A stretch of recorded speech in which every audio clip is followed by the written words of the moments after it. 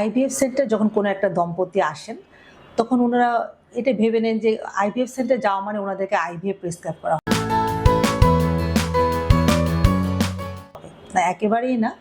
কোনো একটা দম্পতি যখন আমাদের কাছে আসেন এবং ওনারা বাচ্চা নেওয়ার জন্য চেষ্টা করছেন, তখন দরকার ওনাদের প্রপার ইভ্যালুয়েশনের মাধ্যমে আমরা দেখতে পারি কোন প্রসেসটা, কোন পদ্ধতিতে ওনার জন্য যাওয়াটা ওনার জন্য বেস্ট হবে, মানে কোন পদ্ধতিতে গেলে ওনার একটা সাকসেস হওয়ার চান্স আছে। হ্যাঁ, কিছু কিছু দম্পতি আছে ওনারা 1-2 বছর ট্রাই করছেন, এভরিথিং নর্মাল আছে, তাদের ক্ষেত্রে অনেক সময় নর্মাল আমরা মেডিসিনের মাধ্যমে ট্রাই করে বলতে বলি, অত ন্যাচারাল ওনারা ট্রাই করতে পারেন। অথবা কিছু দম্পতি আছে যাদেরকে দেখা যাচ্ছে যে ওনারা অনেকদিন ধরে ট্রাই করছেন, হাজবেন্ডের শুক্রাণুর রিপোর্টটা কিছুটা খারাপ আছে, দেখা যাচ্ছে শুক্রাণুর রিপোর্টে দেখা যাচ্ছে যে শুক্রাণুর নাম্বার কিছুটা কম, আর বাকি রিপোর্টগুলো ভালো আছে। ওনারা অনেকদিন ধরে চেষ্টা করছে, বাচ্চা হচ্ছে না, এবং ওয়াইফের বয়সটা কম, তাদের ক্ষেত্রে কিন্তু অনেক সময় আমরা আইওআইও প্রেসক্রাইব করে থাকি। এবং হ্যাঁ, কিছু কিছু পেশেন্ট যাদেরকে আমাদের মনে হয় যে আইভিএফের জন্য ওনারা উপযুক্ত, তাদের কিন্তু সরাসরি আইভিএফের কথা বলা হয়ে থাকে।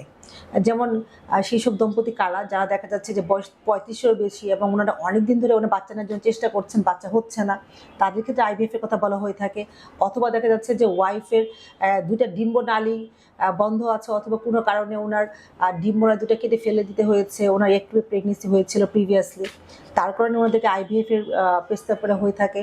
অথবা দেখা যাচ্ছে যে সেই মহিলার বয়স বেশি, ওনার এমএইচের পরিমাণ মানে ডিমের রিজার্ভটা খুব কম, তাদের ক্ষেত্রে কিন্তু আমরা আইভিএফের কথা বলে থাকি।